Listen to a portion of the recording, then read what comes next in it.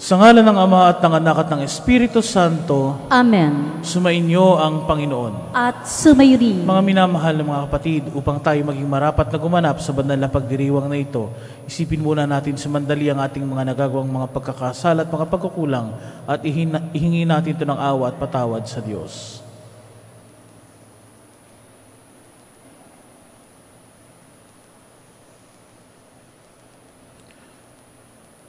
Sinugong tagapagpagaling sa mga nagsisisi, Panginoon, kaawaan mo kami. Panginoon, kaawaan mo kami. Dumating na tagapaganyayang mga makasalanay magsisi, Kristo, kaawaan mo kami. Kristo, kaawaan mo kami. Nakaluklok ka sa kanan ng Diyos Ama para ipamagitan kami, Panginoon, kaawaan mo kami. Panginoon, kaawaan mo kami. Kaawaan tayo ng makapangyarihang Diyos, patawarin tayo sa ating mga kasalanan at patnubayan tayo sa buhay na walang hanggan. Amen. Manalangin tayo. Ama naming makapangyarihan, kaming iyong mga kinupkop ay niloob mong maging mga anak sa liwanag mong kaloob. Huwag mong ipahintulot na sa katiwalian kami ay masangkot. Panatilihin mo kaming nagliliwanag sa iyong katapatang lubos na sumisikat sa pamagitan ni Jesucristo kasama ng Espiritu Santo magpasawalang hanggan. Amen. Ang lahat po ay magsiupo.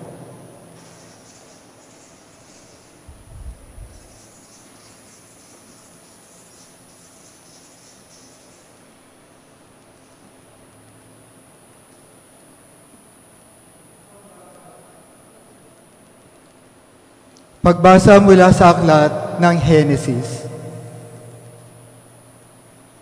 Ng mga araw na iyon, inapuran ng mga anghel at si Lot. Madali, ialis mo na ang iyong asawa at mga anak nang hindi kayo madamay sa pagkawasak ng lungsod. Nag-aatabili pa si Lot, datapat sa habag ng Panginoon, halos kaladkarin na nito ng mga lalaki palabas ng lungsod. Pagkatapos, sinabi ng isa sa mga anghel, iligtas ninyo ang inyong sarili. Huwag kayong lilingon o hihinto sa kapatagan. Magtago kayo sa kaburulan para hindi kayo mamatay. Ngunit sumagot si Lot, huwag na roon, Ginoo. Sa bagay, napakalaki na ng utang na loob ko sa inyo. Iniligtas na ninyo ako. Ngunit, napakalayo ng mga kaburulan. Baka hindi na ako makarating doon. Hindi ba maaring doon na lamang sa maliit na bayang iyon? Oo, doon na kayo magpunta. At hindi ko wawasakin ang bayang iyon. Kaya, madali ka. Hindi ko maitutuloy ang gagawin ko hanggat wala kayo roon. Maliit ang bayang iyon, kaya tinawag na Zoar. Mataas ng araw ng sapitin ni Lot ang Zoar. Ang Sodoma at Gomora ay saka pa lamang pinaulanan ng Diyos ng mga nagniningas na asupre. Tinupok ng Panginoon ang mga lungsod na iyon. At ang buong kapatagan, lahat ng mamamayan doon, pati ang mga pananim. Ngunit lumingon ang asawa ni Lot, kaya't siya'y naging haliging asin. Kinabukasan, si Abraham ay nagmamadaling pumunta sa dakong pinagtagpuan nila ng Panginoon. Mula roon, tinanaw niya ang Sodoma at Gomora at ang buong kapatagan. Nakita niyang pumailan lang ang makapal na usok na parang nagmumula sa malaking hurno. Nang gunawin ng Diyos ang mga lungsod na iyon, hindi rin mawaglit sa kanyang isipan si Abraham. Kaya iniligtas niya si Lot. Ang salita ng Diyos. Salamat sa Diyos.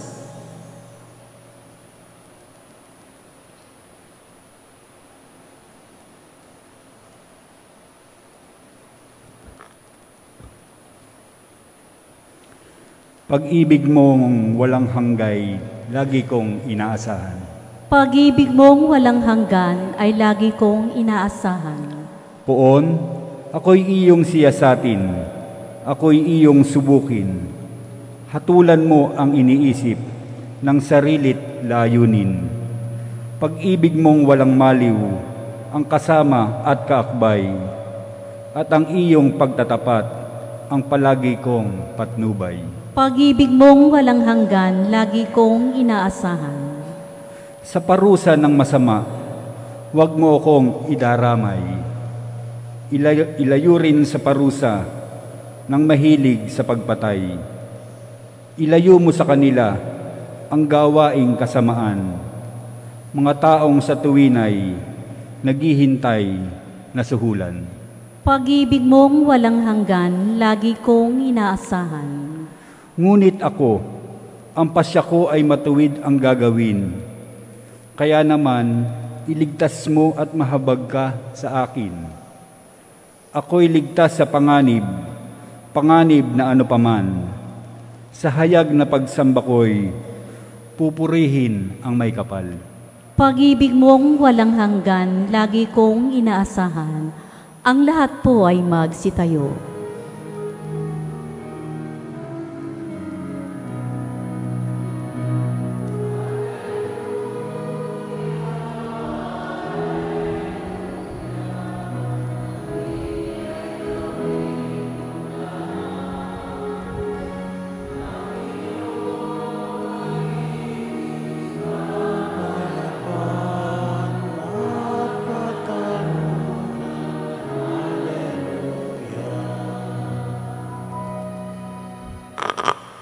Sumainyo ang Panginoon. At sumayo rin. Ang mabuting balita ng Panginoon ayon kay San Mateo. Papuri sa iyo, Panginoon.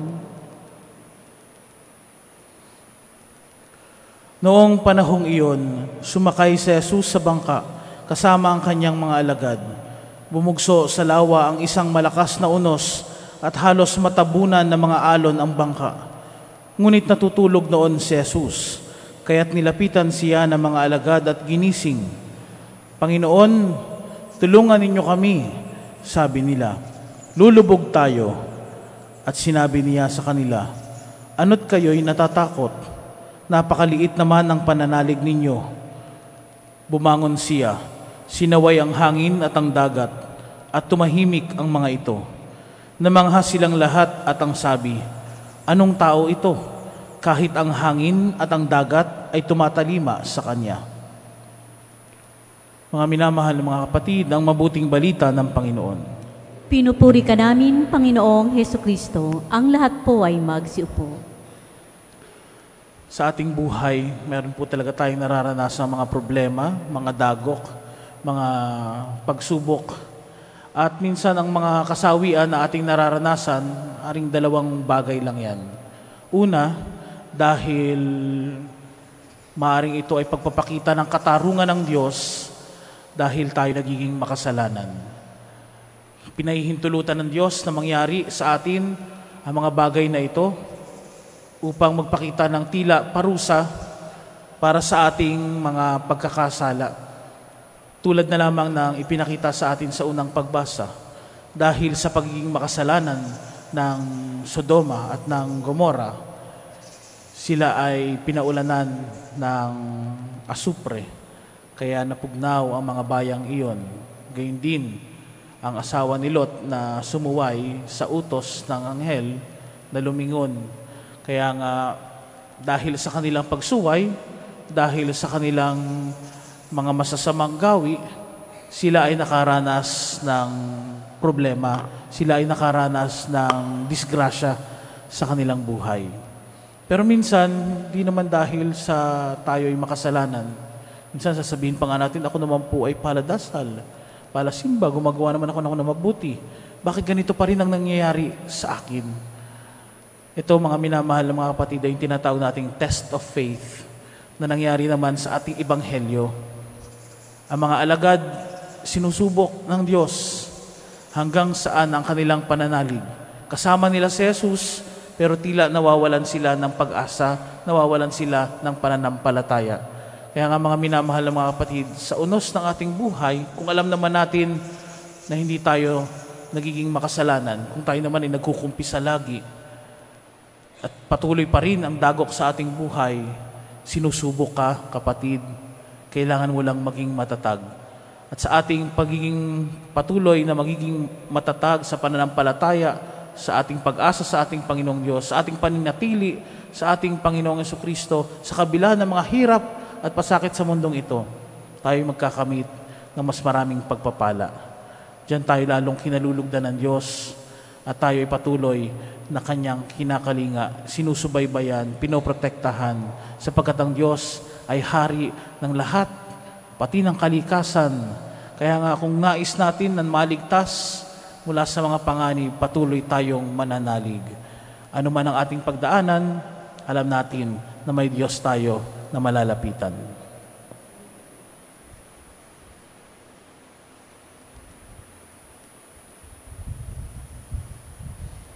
Ang lahat po ay magsitayo.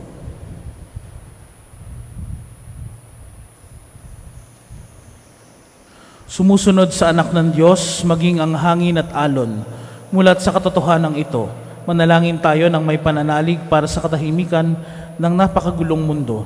Kaya't sa bawat panalangin ng ating itutugon, Panginoon, dinggin mo ang aming panalangin. Panginoon, dinggin mo ang aming panalangin.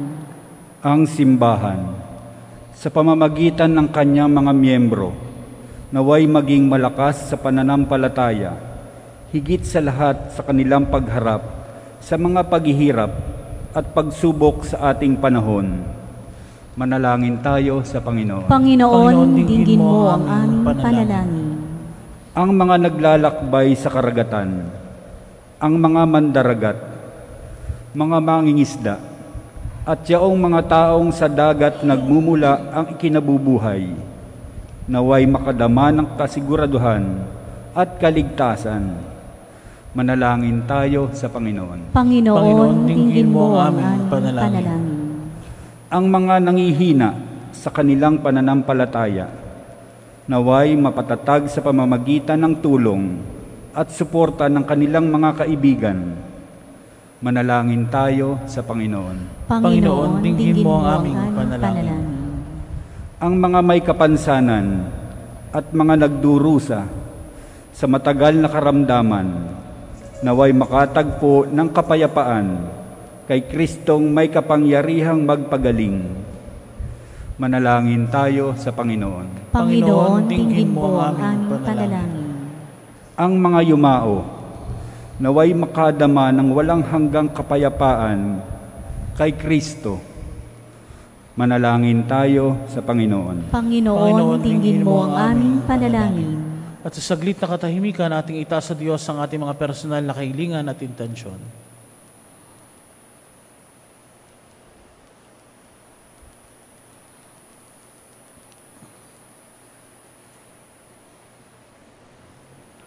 Ama sa langit, patatagin nawa kami ng mga pagsubok at suliranin ng buhay na puno ng unos at magdulot nawa ito ng kapayapaan sa aming mga kaluluwa.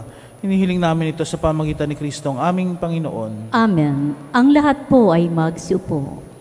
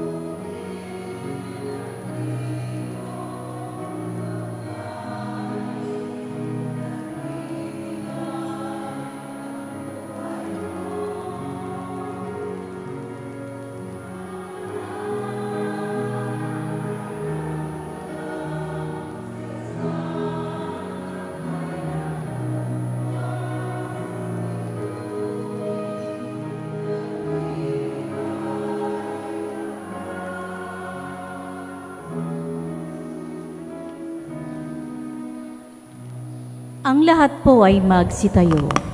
Manalangin kayo mga kapatid upang ang paghahain natin ay kalugdan ng Diyos amang makapangyarihan. Tanggapin nawa ng Panginoon itong paghahain sa makamay sa kapunya at karangalan sa ating kapakinabangan at sa buong sambayanang banal. Ama naming lumikha, kami iyong pinapangindapat gumanap sa pagdiriwang ng paghahain ng iyong pagliligtas. Ipagkaloob mo ang aming paglilingkod sa iyo ay gawing kalugod-lugod na mga alay na ito sa pamagitan ng Jesucristo kasama ng Espiritu Santo magpasawalang hanggan. Amen. Sumainyo ang Panginoon. At sumayo rin. Itaas sa Diyos ang iyong puso at diwa. Itinaas namin sa Panginoon. Pasalamatan natin ang Panginoong ating Diyos. Marapat na siya'y pasalamatan. Ama naming makapangyarihan, tunay ngang marapat na ikaw ay aming pasalamatan. Ikinalugod mong likhain ang sanlibutan na iyong pinagbabago at idinarangal sa pamagitan ng iyong anak na kinalulugdan. Kaya't utang na loob ng iyong mga itinatangi at ng mga banal na kapiling mong lagi ang iyong paggiliw at pagkakandili. Kaya kaisa ng mga anghel na nagsisiawit ng papuri sa iyo nang walang humpay sa kalangitan, kami nagbubunyi sa iyong kadakilaan.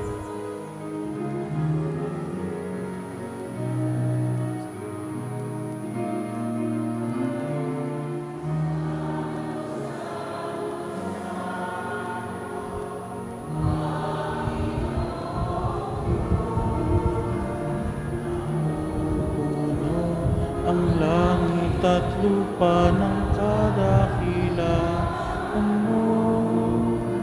Hosana, Hosana, Hosana sa kaitaasan.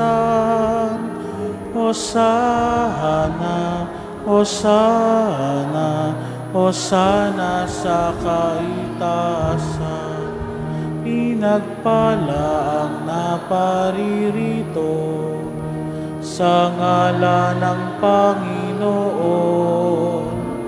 Hosana, Hosana, Hosana sa kaitaasan. Hosana, Hosana, Hosana sa kaitaasan. Ang lahat po ay magsiluhod. Ama naming banal, ikaw ang bukal ng tanang kabanalan. Kaya't sa pamagitan ng iyong Espiritu, gawin mong banal ang kaloob na ito upang para sa aming maging katawan at dugo ng aming Panginoong Hesukristo. Bago niya pinagtiis ang kusang loob na maging handog, hinawakan niya ang tinapay, pinasalamatan kaniya, pinaghati-hati niya iyon, iniabot sa kanyang mga alagad at sinabi, tanggapin ninyong lahat ito at kanin. Ito ang aking katawan na ihahandog para sa inyo.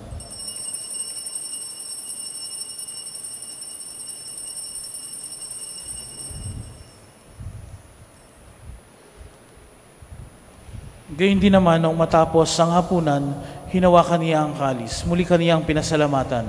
Iniabot niya ang kalis sa kanyang mga alagad at sinabi, tanggapin ninyong lahat ito at inumin. Ito ang kalis ng aking dugo, ng bago at walang hanggang tipan. Ang aking dugo na ibubuhos para sa inyo at para sa lahat sa ikapagpapatawad ng mga kasalanan. Gawin ninyo ito sa pag-alala sa akin.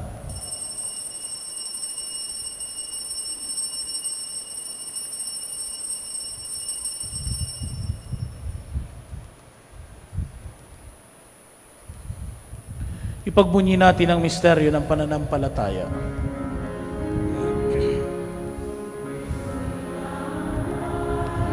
Si Kristo'y nabuhay, si Kristo'y babalik sa wakas ng panahon. Ama, ginagawa namin ngayon ang pag-alala sa pagkamatay at muling pagkabuhay ng iyong anak. Kaya tiniaalay namin sa iyong tinapay na nagbibigay buhay at ang kalis na nagkakalob ng kaligtasan. Kami nagpapasalamat dahil kami iyong minarapat na tumayo sa harap mo para maglingkod sa iyo. Sinasamo namin kaming magsasalo-salo sa katawan at dugo ni Kristo ay mabuklod sa pagkakaisa sa pamagitan ng Espiritu Santo. Ama, lingapin mo ang iyong simbahang laganap sa buong daigdig. Puspusin mo kami sa pag-ibig kay San Francisco na aming Papa at ni Melray na aming Obispo at ng Tanang Kaparian. Alalahanin mo rin ang mga kapatid naming nahimlay Nang may pag-asang sila'y muling mabubuhay, gayon din ang lahat ng mga pumanaw. Kaawaan mo sila at patuloyin sa iyong kaliwanagan. Kaawaan mo at pagindapan kaming lahat na makasalo sa iyong buhay na walang wakas. Kaisa ng mahal na Birheng Maria, Ina ng Diyos, kaisa ni San Jose na kanyang kabiyak ng puso, kaisa ng mga apostol, kaisa ni San Fernando ang aming patron at ng lahat ng mga banal na namuhay dito sa daigdig ng kalugod-lugod sa iyo, may pagdiwang nawa namin ang pagpupuri si kararangal mo sa pamamagitan ng iyong anak na aming Panginoong Hesukristo. Sa pamamagitan ni Kristo kasama niya at sa Kanya, ang lahat ng parangal at papuri ay sa iyo, Diyos amang makapangyarihan, kasama ng Espiritu Santo, magpasawalang hanggan.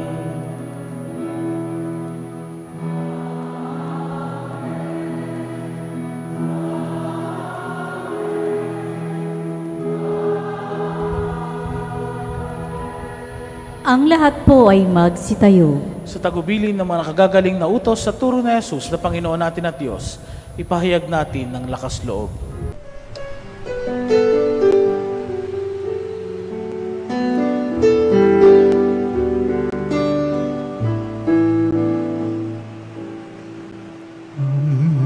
Namin sumasalang ka, sambahin ang ngalan mo, mapasamin ang kaharian mo, sundin ang loob mo dito sa lupa para ng sa langit. Bigyan mo po kami ngayon ng aming kakanin sa araw-araw at patawarin mo kami sa aming mga sala, para ng pagpapatawa namin sa nagkakasala sa amin, at huwag mo kaming ipagdulot sa tukso, at yadya mo kami sa lahat ng masama. Pangyarihan at kapurihan, ngayon at magpakailanman, ngayon at magpakailanman. Panginoong Hesukristo, sinabi mo sa iyong mga apostol, kapayapaan ang iniiwan ko sa inyo, ang aking kapayapaan ang ibinibigay ko sa inyo. Tunghayan mo ang aming pananampalataya at huwag ang aming pagkakasala. Pagkalooban mo kami ng kapayapaan at pagkakaisa ayon sa iyong kalooban, kasama ng Espiritu Santo, magpasawalang hanggan. Amen. Ang kapayapaan ng Panginoon ay laging sumainyo. At sumayo rin. Magbigayan kayo ng kapayapaan sa isa't isa.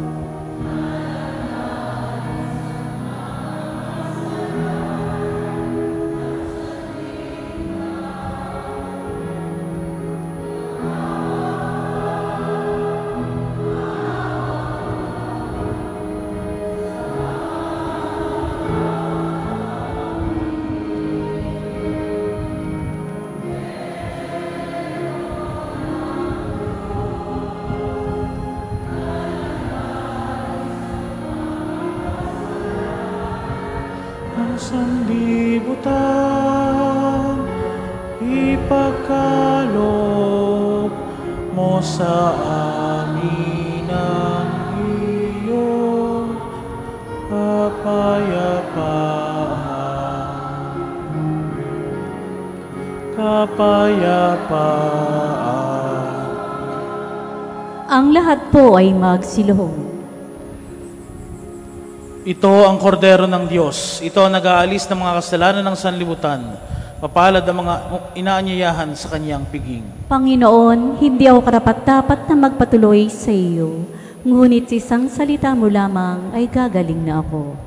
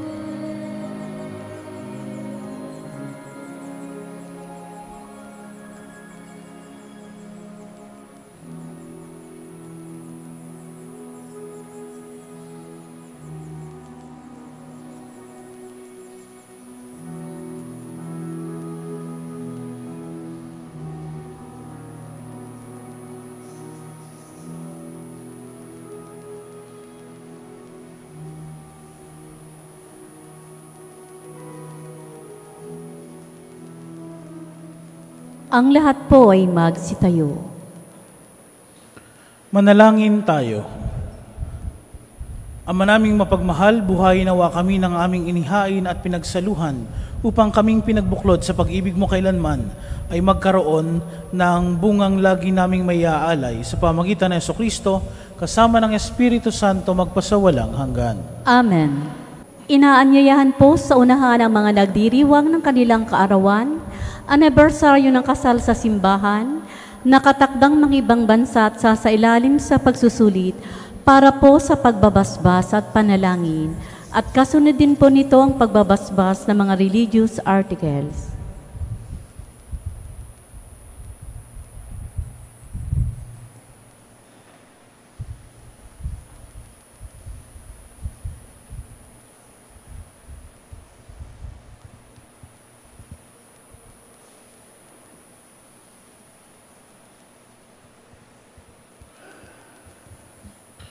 Ama naming mapagmahal, sa iyo nagmumula ang lahat ng mabubuting bagay. Hinihiling naming basbasan mo mga kapatid naming ito na nagdiriwang ng kaarawan, anibersaryo ng kasal, nakatakdang mga ibang bansa o sasailalim sa pagsusulit. Pagkalooban mo sila ng mas mahaba at makahulugang buhay, mabuting kalusugan, mapayapang kalooban, maliwanag na kaisipan, mga tapat na kaibigan, maayos na hanap buhay, kaligtasan sa anumang kapahamakan at katuparan ng kanilang mga kahilingan. Basbasan mo rin ang kanilang mga gaawain at adhikain upang ito'y matupad ayon sa iyong kalooban. Pagpalain mo rin ang kanilang angkan at pangamala sa buhay. Higit sa lahat, patatagin mo sila sa pananampalataya, patibayin sa pag-asa at pag-alabin sa pag-ibig. Inihiling namin ito sa pamagitan ni Kristo ang aming Panginoon. Amen. Naway gawaran ng Diyos ng pagpapala ang mga kasangkapan sa pananalangin upang ang mga ito'y maging gabay sa pagtahak sa kabanalan at paghahangad ng buhay sa kalangitan sa pamagitan ni Kristo kasama ng Espiritu Santo magpasawalang hanggan. Amen.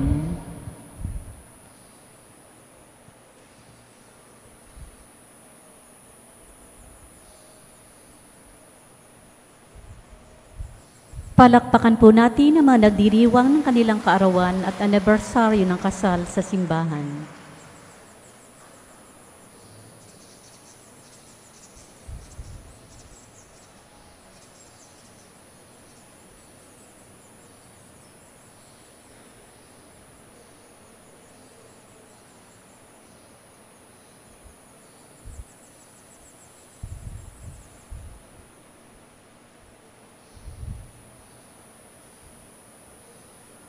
Ang lahat po ay magsitayo.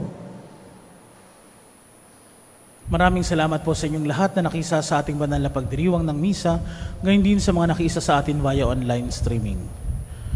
Sumainyo ang Panginoon. At sumayo rin. At pagpalain kayong lahat na makapangyarihan at mapagmahal na Diyos, Ama at Anak at Espiritu Santo. Amen. Tapos na ang banal na misa, humayo kayong mapayapa. Salamat sa Diyos.